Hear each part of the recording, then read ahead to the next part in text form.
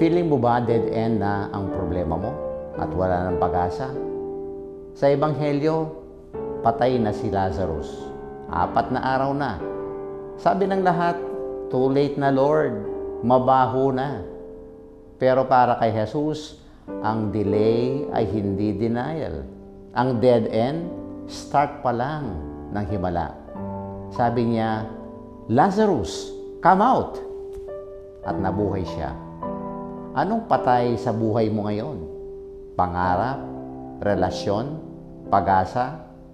Kayang-kaya ng buhay ni Lord yan. Walang too late sa Kanya.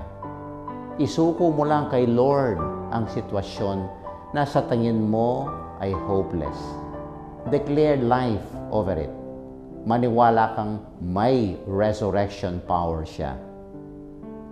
Panginoon, naniniwala ko na Ikaw ang muling pagkabuhay at ang buhay.